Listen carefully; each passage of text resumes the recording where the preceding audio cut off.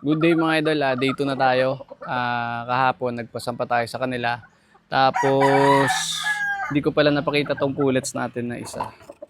Actually pullets lang to mga idol. So ito yung pullets mga idol. Kahapon lang sila nasambahan. Tapos meron ako nakita mga idol. Balik ko muna siya bago natin napapasambahan mga idol. Yan. Nakita nyo mga idol, ilapit mo. So nakita nyo mga idol, tingnan nyo. Tingnan nyo yung diferensya ng shell niya.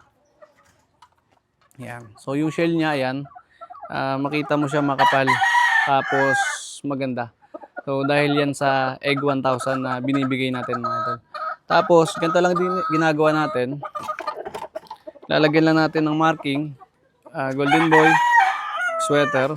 Dahil pag napipisa yung sisiw, dito yan sa, hindi siya sa point napipisa, dito sa medyo makapal na part, no? Dahil dito yung oxygen mga idol. So dito tayo maglalagay ng mark. So lalagay natin golden boy X sweater. Lagyan natin ng date. So ano bang date ngayon? So February ano ngayon? 25. Yan. 2025. Yan. So ganyan lang mga idol. Ibig sabihin yan yung day ngayong araw na ilagay natin. Yan yung unang araw niya dito sa tray. So magtatagal lang to ng 7 days. So after 7 days lalagay ko siya sa chiller mga idol. Ngayon papasampahan natin tong pullets na to. Dahil maganda yung vitamins na binigay natin bukas, iitlog na naman to. Lapad. So ito mga idol, yan yung example ng pullets na nakakross sa golden boy mga idol. Nakita nyo mga idol, sobrang pula ng muka. Tapos makita mo healthy sila. Tapos mabalikat din to mga idol. No? So mabalikat siya. Hindi lang mga idol basihan yung mga inahin nyo or pullets nyo or broadstag. Check nyo rin mga idol dito. Especially the droppings. No? Yung drop nila. Kung normal ba yung dumi nila or mayroong green, stop nyo na agad mga idol. Stop nyo na yung pagpapakasta. Gamutin nyo muna. Then balik nyo ulit sa breeding. So siguro bibigyan nyo ulit 5 days. Tapos gagamutin nyo muna. Then vitamins. Tapos pag nag-okay na. Tsaka kailangan nyo rin talaga mga idol na i-check yung mga droppings nila. No? Hindi lang basta-basta nagpapasampa kayo dyan mga idol. Dahil i-epekto yan sa mga magiging anak. No?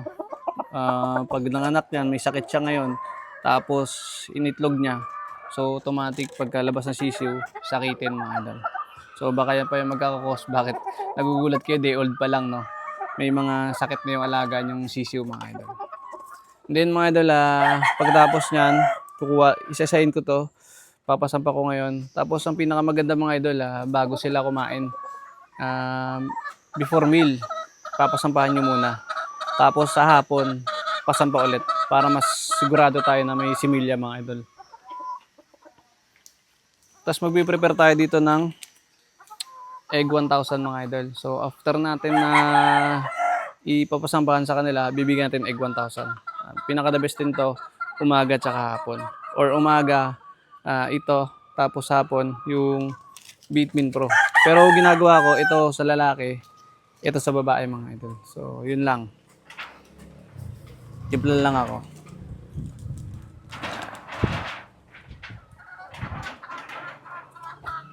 So mix natin. Ganyan lang mga idol. Napaka basic lang yan mga idol. Tapos sa mga babae ko lang to binibigay mga idol. Ayan. So tapos na siya ng pasambahan para sure tayo na healthy yung magiging itlog nito.